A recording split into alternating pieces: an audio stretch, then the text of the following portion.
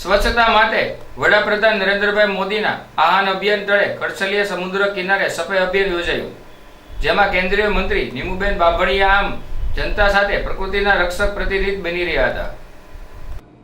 સ્વચ્છતા માટે વડાપ્રધાન શ્રી નરેન્દ્રભાઈ મોદીના આહ્વાન અભિયાન તળે કરછલીયા સમુદ્ર કિનારે સફાઈ અભિયાન યોજાયું, જેમાં કેન્દ્રીય મંત્રી નીમુબેન બાંભણિયા આમ જનતા સાથે પ્રકૃતિના રક્ષક પ્રતિનિધિ બની રહ્યા હતા. સર્વત્ર વધી રહેલા પ્રદૂષણ સામે વડાપ્રધાન નરેન્દ્રભાઈ મોદી દ્વારા સ્વચ્છતા અને જાગૃતિ માટે થયેલા અનુરોધમાં ભાવનગર બોટાદના સાંસદ અને કેન્દ્રીય મંત્રી નીમુબેન બાંભણિયા ચોકસાઈ સાથે અભિયાનમાં આગળ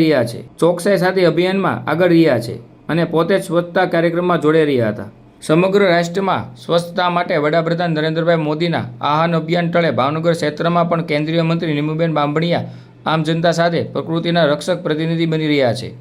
આ અભિયાન સાથે તેઓએ માત્ર કિનારાની સફાઈ કે સ્વચ્છતા પૂરતી નથી, પરંતુ સમુદ્રી જીવસૃષ્ટિ અને પર્યાવરણ માટે પણ જાગૃત રહેવા સંદેશો આપ્યો છે અને સમુદ્રના સ્વચ્છ કિનારાએ વિકસિત તથા સ્વસ્થ ભારતની ઓળખ રહ્યાનો ભાવ જણાવ્યો છે.